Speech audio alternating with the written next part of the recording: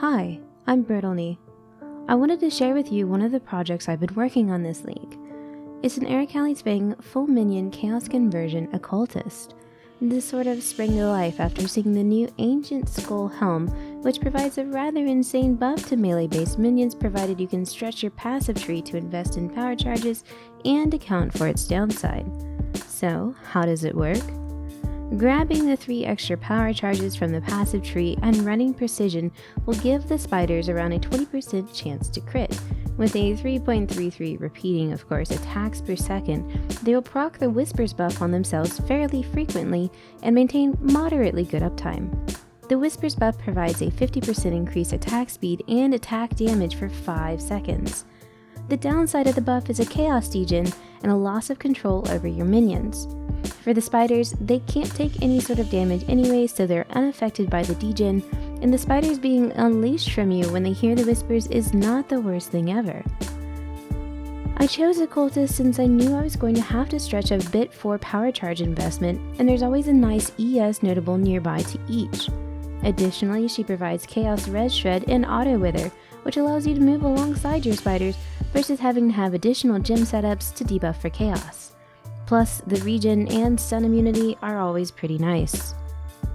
There's not much room for defensive layers on this build since we're stretched both into minion damage investment as well as power charges, so I focus mainly on making enemies around me slower and myself much faster, and will use duck and weave tactics for most incoming damage. For Wicked Ward coverage, you only have to stay out of the fray about 1.3 seconds for a recharge, and you can always force a recharge with Bow Discipline when you're in really big trouble.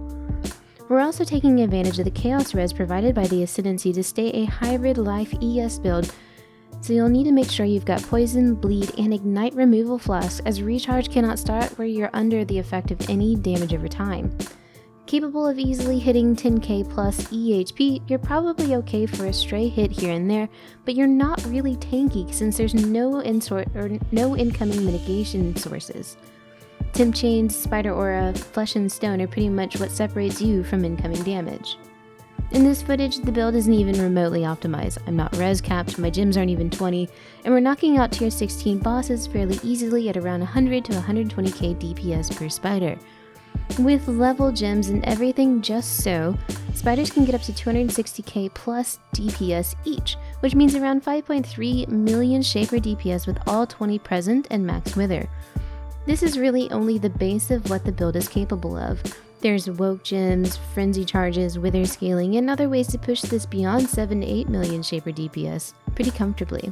I don't see much of a point in putting a full guide out on this one. It's incredibly niche and more self-gratification than anything else. I wanted to play spiders in a different way than the usual cold conversion and hatred scaling, and have it be a neat alternative. So if you're looking for a minion build you probably haven't played yet, here you are. And that's it for this condensed build overview. I hope it has been both informative and helpful, and I'll be following up with a full guide on my league starter as soon as I can. It was a Blade Blast, Bladefall, Hierophant, and a lot of fun. Don't forget to like and subscribe, and I'll see you next time.